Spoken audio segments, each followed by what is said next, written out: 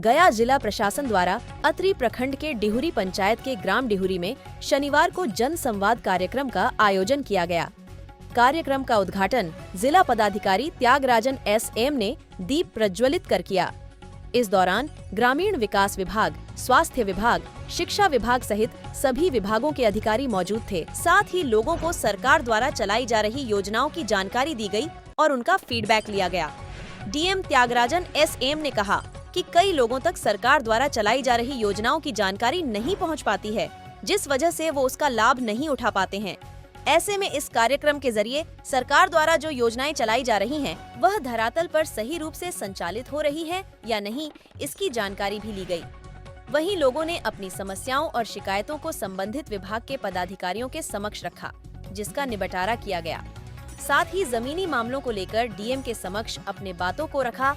Atri CO पर कई तरह की आरोप लगने के बाद डीएम ने जांच कर कार्रवाई करने का निर्देश दिया है। संवाद में कई तरह के समस्या से जिलाधिकारी को अवगत कराया, जिसमें डिहुरी में खेल का मैदान को कब्जा मुक्त कराना, डिहुरी में जर्जर तार को बदलने, उपथू में शमशान घाट के रास्ते जर्जर को बनवाने, इमलियाचक में सड़क पर अवैध कब्जा मुक्त करवाने, डिहुरी में शमशान एवं कब्रिस्तान का रास्ता सहित कई तरह के मामले को लेकर जिलाधिकारी को अवगत कराया गया। या तो जन्म प्रमाण पत्र बनाना हो, इसके लिए इतना दौड़ लगाना पड़ता है कि जो आदमी 300 रुपया कमाने लायक नहीं है, उसको एक महीना दौड़ाना पड़ता है। आज आइए, कल आइए, उसके पास जाइए, इसके पास जाइए। तो ये क्या मामला है प्रखंड का, ये तो समझ में नहीं। मैं खुद दौड़ लगाया हूँ, इसके लिए मैं बोल रहा हूँ। ये खुद मेरे दिल पर बीता है। तो सुनिए, छात्र हूँ, मैं 8 क्लास में पढ़ती हूँ। मेरे स्कूल में जो खाना बनता है वो अच्छा से नहीं बनता है। वहाँ थाली की व्यवस्था नहीं है, जिसके कारण हम छात्र खाना नहीं खा पाते। एवं टीचर की समस्या है, जो हमारे टीचर थे वो नहीं अब हैं, ट्रांसफर हो चुके हैं, इसलिए हमारे स्कूल में टीचर भिजवाए जाए। इतना ये सोमवार या मंगलवार आपका? हमको सूरज कुमार नाम है। ठीक, मलाई से आए हैं। आप एक काम कीजिएगा, ब्लॉक में खेलने जाते हैं तो वहाँ पे से हार कर आ जाते हैं। इसके कारण है कि फील्ड हमारे गांव में नहीं है। अतः आपसे अनुरोध है कि हमारे गांव में फील्ड की व्यवस्था कराई जाए, स्कूल की व्यवस्था कराई जाए। धन्यवाद। ये पढ़ाने के लिए जो मोबाइल देखते रहते हैं,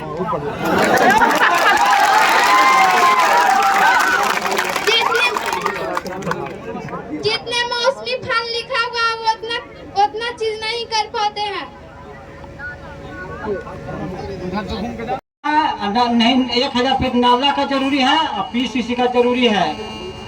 अब विद्यालय में शिक्षा की बहुत जरूरी है।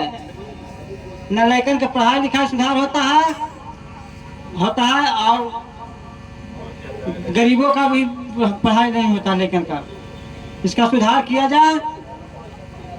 और मास्टर टाइम पर नहीं आता है, इसका सुधार किया जाए। और गरीब वर्गों को लिए इंदिरा आवास मिला जाए, जिसको जो गरीब है उसका इंदिरा आवास नहीं मिलता है। बड़े बड़े को पैसे लेकर इंदिरा आवास किया जाता है। रुक जाइए। और सभी आंगनबाड़ी को उपहार नहीं वितरण होता है, उचित ढंग से वितरण करवाया जाए। बहुत अच्छा और 2010 में जुड़े हैं जीविका से।